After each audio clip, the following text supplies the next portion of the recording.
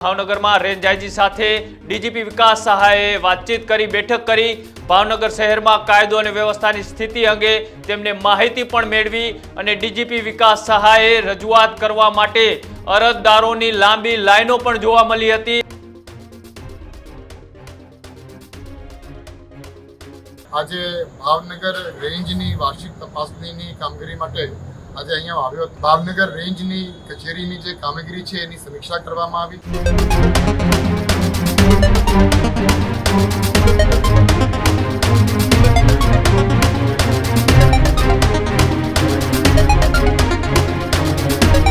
नमस्कार, आप જોઈ રહ્યા છો ન્યૂઝરૂમ અને આપની સાથે છું કૃણાલ। મહત્વપૂર્ણ સમાચાર એ ભાવનગરથી સામે આવી રહ્યા છે કે જ્યાં રાજ્યના ડીજીપી વિકાસ સહાય આજે પહોંચ્યા હતા અને કાયદો અને વ્યવસ્થાની કથળેલી સ્થિતિ ઉપર એ કડકમાં કડક કાર્યવાહીના સૂચનો એ અધિકારીઓને આપ્યા હતા। ત્યારે આજે ભાવનગરમાં રાજ્યના એ ડીજીપી વિકાસ સહાય અને રેન્જ આઈજી સાથે બેઠકો કરી સાથે જ એ ભાવનગર પહોંચતાની સાથે જ એ ડીજીપી વિકાસ સહાય અને અલગ અલગ વિસ્તારના લોકો હતા તેમની સાથે મુલાકાત કરી અને જે પણ કોઈ ભાવનગરની અંદર એ કાયદો અને વ્યવસ્થાને લઈ અને અનેક વખત ચર્ચાઓ થઈ રહી છે તેની વચ્ચે આજે ભાવનગરમાં રેન્જ આઈજી સાથે ડીજીપી વિકાસ સહાયે વાતચીત કરી બેઠક કરી ભાવનગર શહેરમાં કાયદો અને વ્યવસ્થાની સ્થિતિ અંગે તેમને માહિતી પણ મેળવી અને ડીજીપી વિકાસ સહાયે રજૂઆત કરવા માટે અરજદારોની લાંબી લાઈનો પણ જોવા મળી હતી અને ભાવનગરમાંથી अनेक वखत गृहमंत्री ने लोकोए पत्र लखी अने रजूआतो करी हती। त्यारे आजे व्याजखोरी होय, जमीनना विवादो होय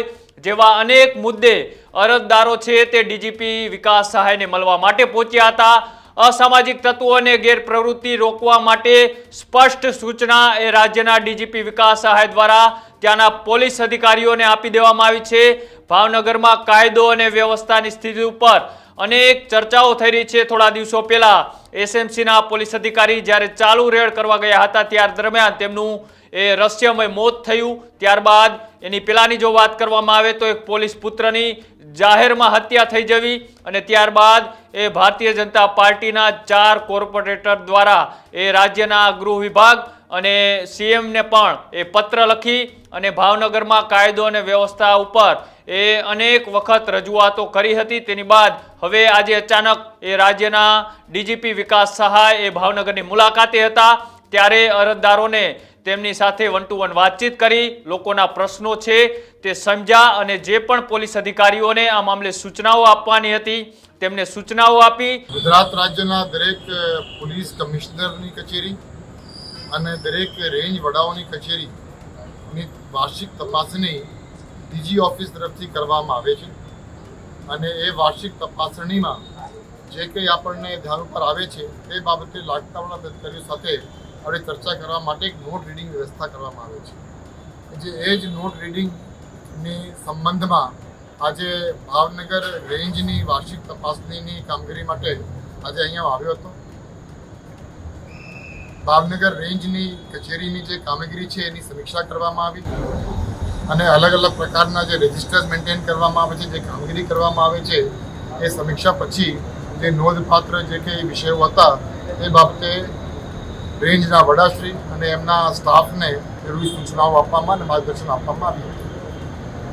वार्षिक तपासनी दरमियान ज्यारे मारे आज भावनगर रेंजनी कचेरीमां आववानुं थयुं ત્યારે ભાવનગર રેન્જના જે 3 જિલ્લાઓ છે ભાવનગર, અમરેલી અને બોટાદ ત્યાંના આશરે 16 અરજદારોને પણ આજે હું રૂબરૂ સાંભળ્યો।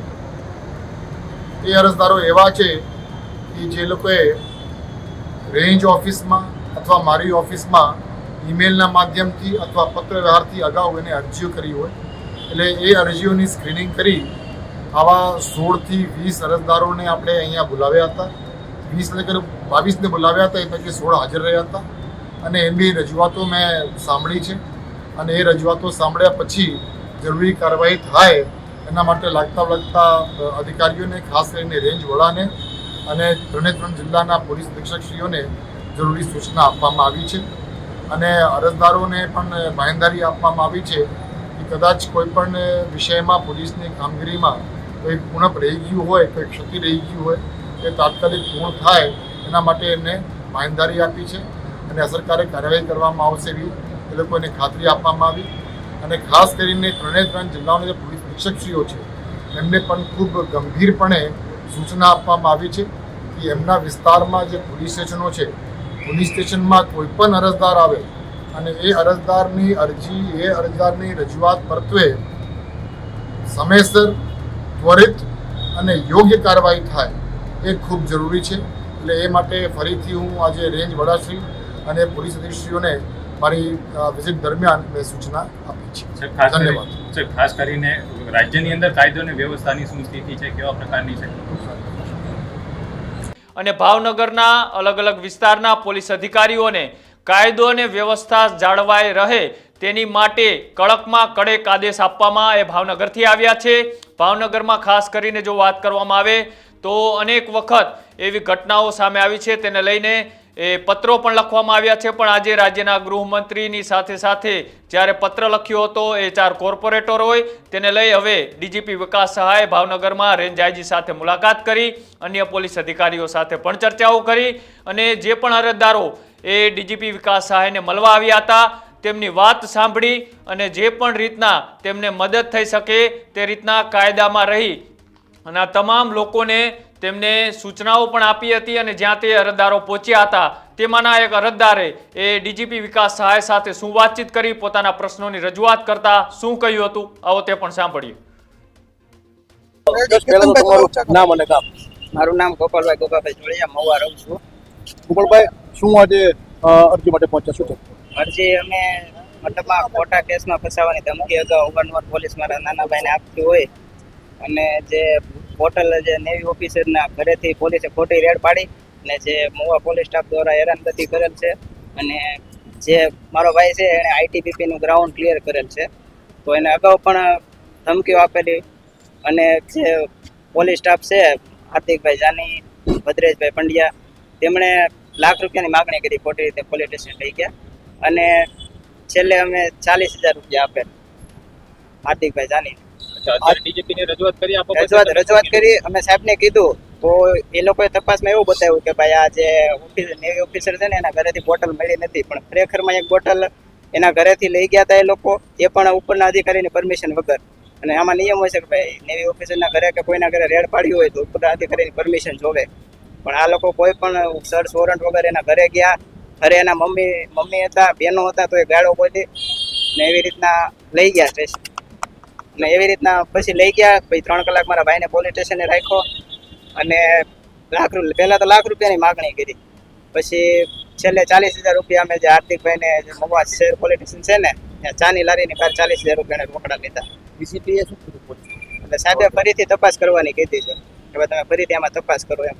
ડીજીપી સાહેબે આપના જે અંશુ જૈન છે આઈપીએસ મહુવાના પ્રોફેશનલ ડિવાઇસથી તેમને પણ બોલાવ્યા હતા, તેમને શું કીધું? તેમને એવું કહેવામાં આવ્યું તો તેમને તો જે સ્ટાફ છે એના સ્ટાફ પહેલા જણાવવા આવ્યું કે ભાઈ અમે ત્યાં ગયા તો એના ઘરેથી કોઈ બોટલ મળેલ નથી, પણ પોલીસ તપાસમાં ઘરેના મમ્મી પપ્પા છે એને બોલાવી શકે અથવા એના બહેનોને બોલાવી શકે. પોલીસ ત્યાં ગાળાગાળી કરેલી છે, જેમ ફાવે બોલેલ છે અને પરમિશન વગર ગળેલ છે. કોણ હતા પોલીસ નામ ખબર છે? પોલીસ સ્ટાફમાં ભદ્રેશભાઈ પંડ્યા, હાર્દિકભાઈ જાની, અનુપસિંહ જાડેજા. બીજા બે કયા પોલીસ સ્ટેશનમાં ફરજ બજાવે? મહુવા શહેર પોલીસ સ્ટેશનમાં ડી સ્ટાફમાં ફરજ બજાવે છે. અને ત્યાં અમે ગયા પછી અમે 40,000 રૂપિયા આપ્યા અને કીધું તો કે ભાઈ અમે 40,000 આપ્યા તો બોટલ તો પાસે આપો, તમે જે ભારત સરકારની બોટલ છે તમારી પાસે રાખી ન શકો. તો એણે કીધું કે ભાઈ આ અમે બિનવારસી બતાવી દઈશું, એમાં બોટલ અમારે દર્શાવવાની ન હોય. એટલે એનું પંચનામું થયું છે કે નહીં એ પણ પોલીસ તપાસ કરે. એ બંને બોટલોનું અને જે આ તોડની રકમ છે 40,000 એ જયદીપ સાખટને પરત આપવામાં આવે એવી મારી વિનંતી છે.